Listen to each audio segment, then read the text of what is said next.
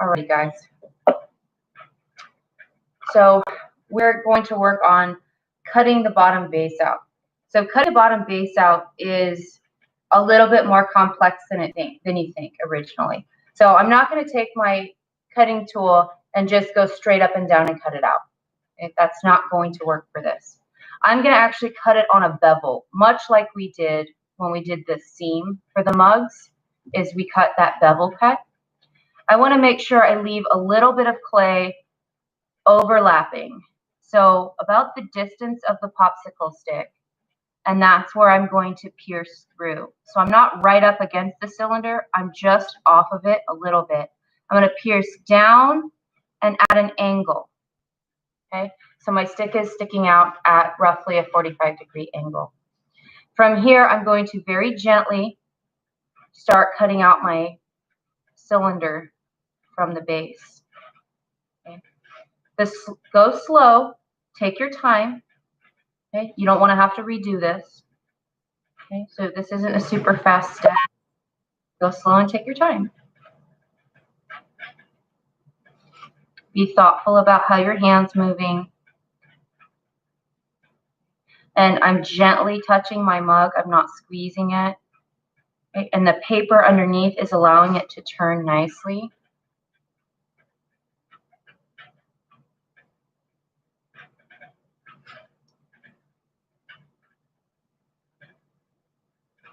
Okay. And now I can release it from that base slab. Okay, so I'm going to set my mug upside down, and I want to show you what that bevel cut looks like up close. So it's not a straight cut. Okay, it's at an angle, and you can see more of the clay surface. Right, a straight cut. I'm going to go ahead and just give you contrast here as to what a straight cut looks like versus that beveled cut. So this little segment right here is straight cut. Okay, it's straight up and down. I cut a bevel cut around my mug. So next thing I'm going to do around my mug is it's upside down. I'm be very conscientious not to drag it on the table because that's my lip, the part I'm drinking out of, so be very careful. I'm going to first soften this outer edge just a touch. Okay, a light, gentle touch. Go back around, light, gentle touch. Okay, and this keeps it from getting too sharp and too rigid. Okay, next step is to gently roll over that rim a little bit. So I'm going to just touch that and flatten it down a little bit. I'm going to do that all the way around. Try not to work with your mug up in the air like I was just showing you because you have a better chance of crushing it. So try to keep it flat. Roll that over. And this will help make a really strong connection.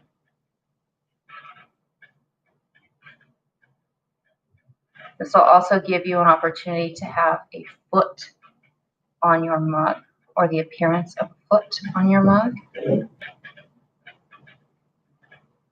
Okay, so that's on the bottom section. I'm going to go ahead and run my thumb around just to make sure it's a little bit neat and clean, and then I'll flip it and address the other part.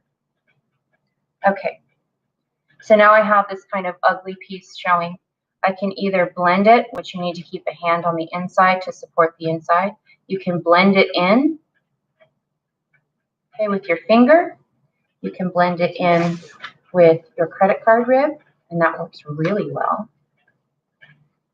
You can blend it in with a slightly moistened popsicle stick, okay, and that works pretty good too.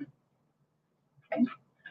So you want to make sure you blend it in all the way around so it's neat and clean and tidy. A little piece of clay stuck. And remember, neat and clean and tidy is the name of the game. Okay, let's blend it in. Make sure it's really nicely incorporated.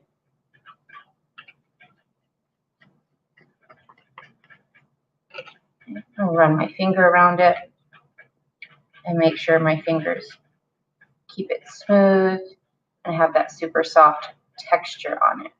I want it to be smooth and clean. Okay, now I'm ready to start forming the overall shape. So I'm going to grab my piece of paper back. I'm going to take my scrap clay that I have left over. I'm going to dunk it in some water and put it back in my bag so it's soft and hydrated for the next time I need to use it. All right, so our goal is not to create just straight cylinders. Okay, a straight cylinder is okay, but it looks a little bit like a dollar store buy, right? And these are works of art. We're going to elevate them into fancy works of art. So we're going to start to form our mug, and it's up to you what mug shape you want. Okay, you need to think about this before you start working. You can grab a rock, a smooth rock, and use that to help you form. You can cut shapes out of a credit card rib and put it on the inside and work with it, so that can help you form. You can just use your hands. I'm going to just use my hand. I'm going to gently press, and I'll hold this up in the air so you can see, but I don't recommend you do this in the air. Again, it can deform it poorly. I'm going to just run my finger along the inside, and if you can kind of see it moving in there. Okay. And I'm going to go for an asymmetrical look, I think.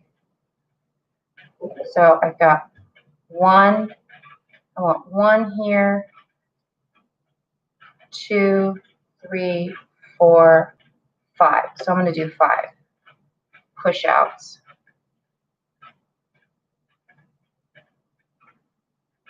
So just little by little. Don't push out too much clay all at once because that's how you rip it. Okay? Small amounts, steady as you go.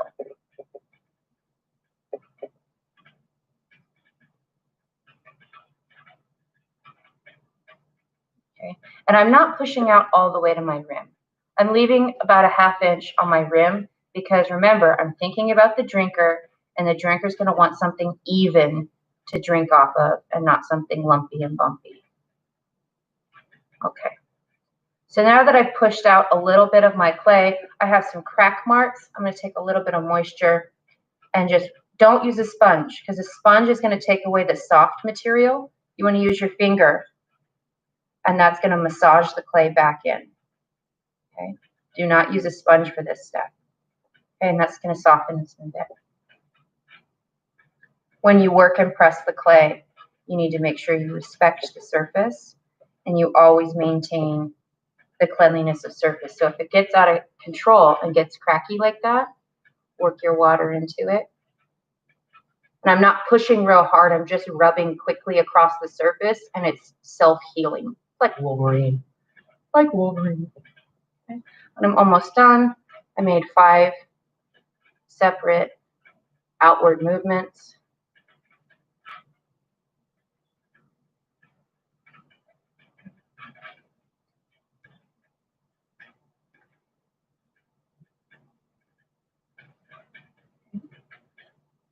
I'm going to do this one more time.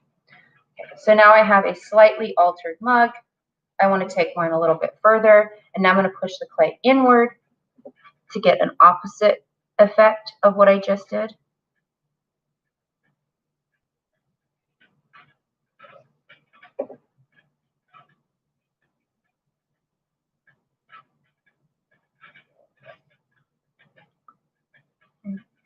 And you can do individual push-ins and push-outs like this one, or you can do it the same figure all the way around to make it all uniform. So you would just do the same hand movements all the way around until the form matched uniformly.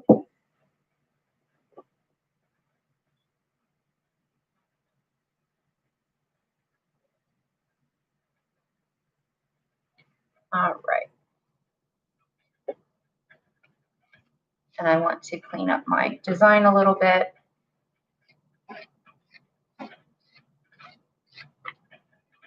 Rotate. I'm wiping, not scraping. Scraping removes clay. Wiping compresses clay.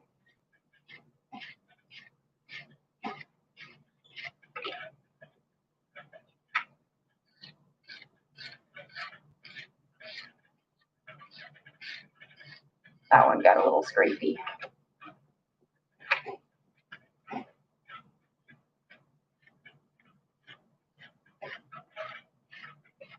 Okay. And then I'm going to go ahead and clean my rib, rotate, and I'm going to do it to the other side.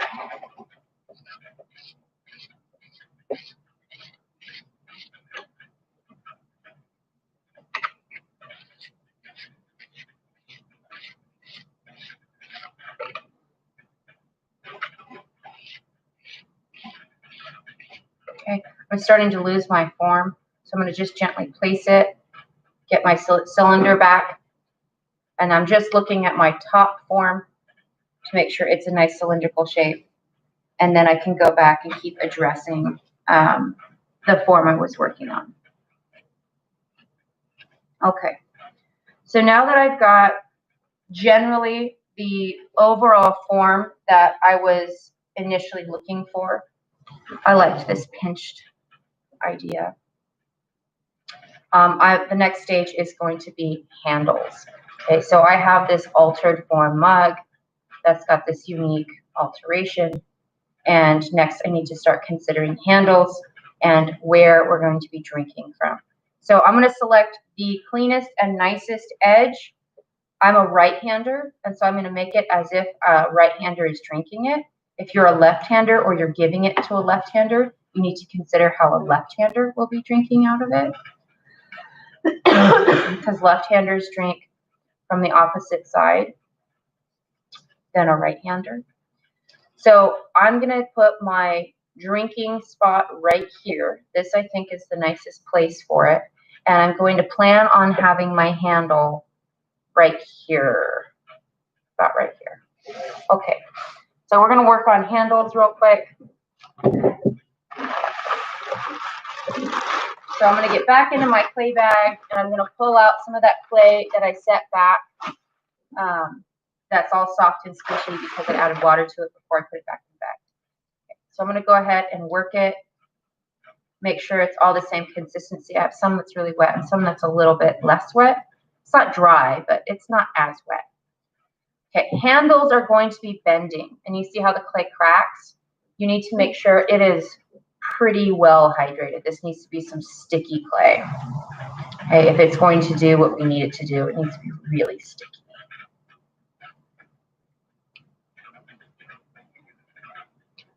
Just a little bit stickier. You can hear it when it's sticky.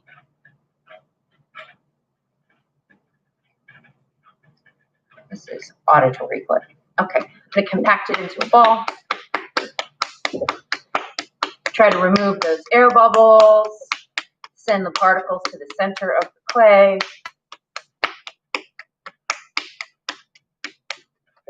Okay, I'm going to clean my surface. I'm not even going to use close to this amount of clay, but it's a good start. So I'm going to start squeezing it into a log. Little squeezes. Don't squeeze too hard because then you end up with like massive fingerprints.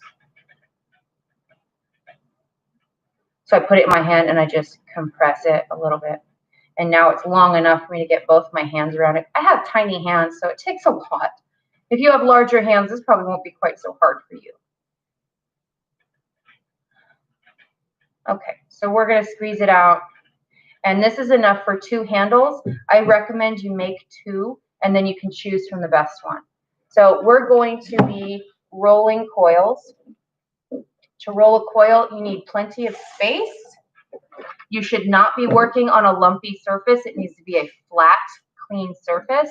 If you're rolling on plastic, it's going to mess up your coil making. So it needs to be a flat, clean surface. So we're going to roll using our hands going all the way to our wrist, and our hand comes up, and we're going to swoop back down. And we're going to work from the center, going out, work from the center, going out. Okay. We're going to get both hands in.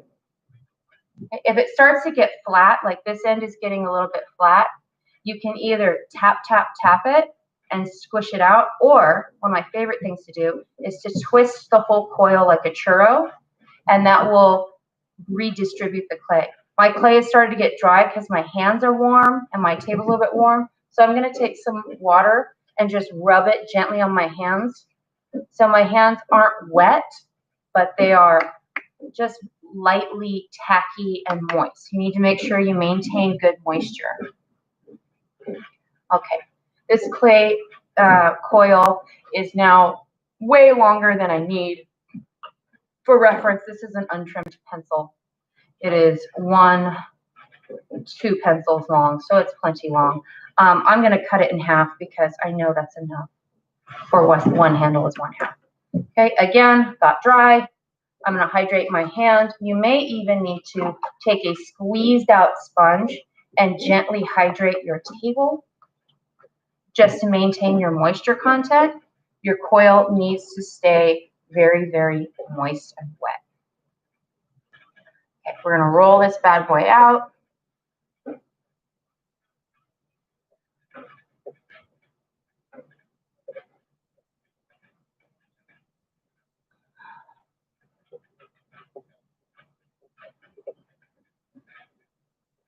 So now I had half of that original log and I've rolled it out again. You want to roll it nice and even. You don't want narrow parts. You don't want thick parts. You want it to be as even as possible.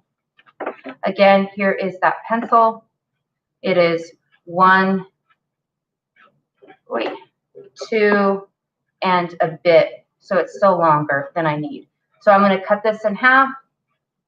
Okay. And I'm going to work with just this part. So this is enough clay for a handle. So I'm going to do this technique called a gravity drop. I'm going to lift and drop. My second drop, I'm going to follow it down and make sure it lands on the same flat part I just created. So lift, drop. I'm following it down. So about 3 drops on one side, and then you want to flip it over. Don't just drop it. You need to follow it down and guide it so it lands on the right spot. 3. I'm going to do 1 more on the opposite side, and then 1 more on the opposite side. Now I have a nicely formed handle that has 2 roughly flat sides, okay? 2 flat sides and then 2 curvy sides. So when I actually hold it, it's going to be comfortable. I need to make sure that it's hydrated, so I'm going to take a moist sponge and just run it once and run my fingers along it gently. Run it once, run my fingers along it gently so it's nice and moist and it will bend freely. All right, I'm going to put it perpendicular to my body. So let me show you a little bit. Here's my apron and this is my belly button. And I'm going to put my coil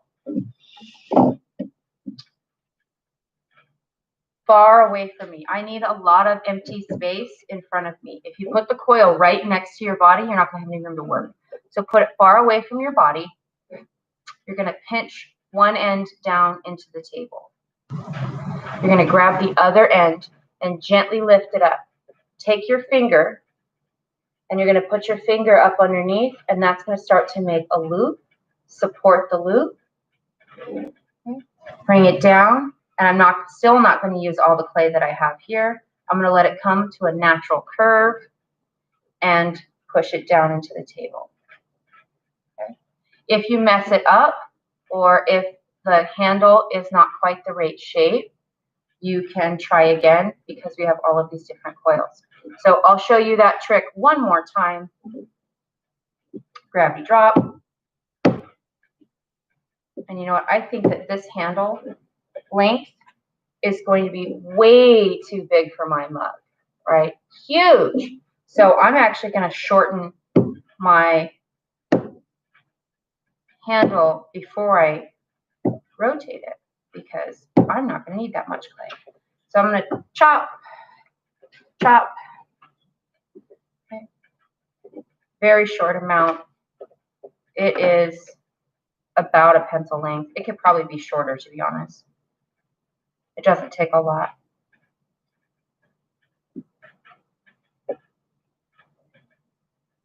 Gently touch. Okay. Press into the table. Lift, support. Bring it back down. Press it slightly into the table. Okay. And that's going to look like this. It's a nice handle. And if I were to install it on my mug, I'll try to hold this without distorting it. It looks a little bit more appropriate. It still looks a little bit large to me. Granted, I have smaller hands, so think about who you are and how you're going to use this mug. Now, let's say you don't like this candy cane shape for your handle. You can choose to change it, and after you've made the candy cane shape, curl the other edge over, and you can make a C-shaped handle like this. Okay, and you would do the same thing, C-shape, and then flatten it into the table. It's important to have a flat spot because that flat spot's going to be how we connect it to our mug. Okay, so I actually prefer this handle over the candy cane shape because I have smaller hands and I really like this ear shape. So I'm going to come back to my mug, and again, I want to make sure I pick the best drinking spot. You know what? I think I've changed my mind. I think this is the best drinking spot, not over there. So I'm going to put my handle probably right here so I can drink out of it. I can't put it on the spines that I created, so I have to put it on the flat. All right. This is a long video, but it's worth it. Okay, we're on the home stretch of making the basic form. I'm going to take my slip. I haven't scored anything. I'm going to take my slip and just dot it on the handle and dot it on the handle. And I'm going to hold it in place, and I'm going to just place it where I think it belongs. Put a finger on the inside, and then I'm going to remove it. And when I do it with slip, it makes these marks, these slippy marks. Now I know where to score.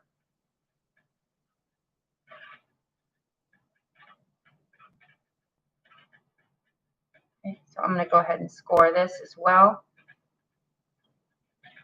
You can also let your mug set up to a little bit firmer so it's not so squishy. And this will be easier to do. When you attach handles while the mug is really squishy, it tends to deform. So I'm risking my mug form right now by doing this too early. Okay, 1 and 1. Secret about mugs and handles: you are not allowed to pick up your mug by its handle until it's finished. You can't pick it up while you're making it, and you can't pick it up after it's first firing because the handles are not strong enough yet. They need to undergo vitrification and glaze firing. Okay, so my handle's on there. I want to make sure it's on really strong and doesn't peel off. So I'm going to make a mini coil in my hands because I don't need a big one, just a little one. And I'm keeping my hands wet, coil's wet. I've got this itsy bitsy little coil, and I'm going to place it in between where my mug and handle intersect. Okay, and I'm going to just pinch off what I don't need. Pinch, pinch. Okay, and I'm going to use some tools. I'm going to use the side of the tool here and just lightly push it on and in and blend that in so it makes a really strong connection. Okay, and you want that connection to be really strong. Now I have a handle that's not going anywhere. It's going to be on really, really sturdy. All right, craftsmanship, strong, sturdy, and reliable. That's one of those tricks. I'm going to add a detail element to it right now. You don't have to, but this is optional. I like to create thumb pads for my work. So I'm going to take some clay, some sticky clay. And my hands are too sticky, so I'll wipe them. And I'm going to roll them into a ball. I don't need that much clay, less. I'm going to roll this into a ball. And then I'm going to roll it a little bit oblong. And then I'm going to press my thumb in, flip it over, press my thumb in. And I'm going to score. And now I'm going to approach my handle. I'm going to score the top of my handle. Add some slip. Add some slip. Okay, I'm going to rotate this mug directly at me. I'm going to set my thumb pad that I just created on that spot. And to compress it, I'm going to gently put my finger up under the handle and my thumb on that pad and just give it a little bit of a wiggle squeeze. Not a lot, a little bit of a wiggle squeeze, and that's it. To make sure I keep my mug to drying evenly, it needs to set up before I start adding sculpture work onto it. I'm going to flip it upside down and let it be out to dry for about 10 to 15 minutes, and it should harden up a bit. And then I can start on the sculpture part.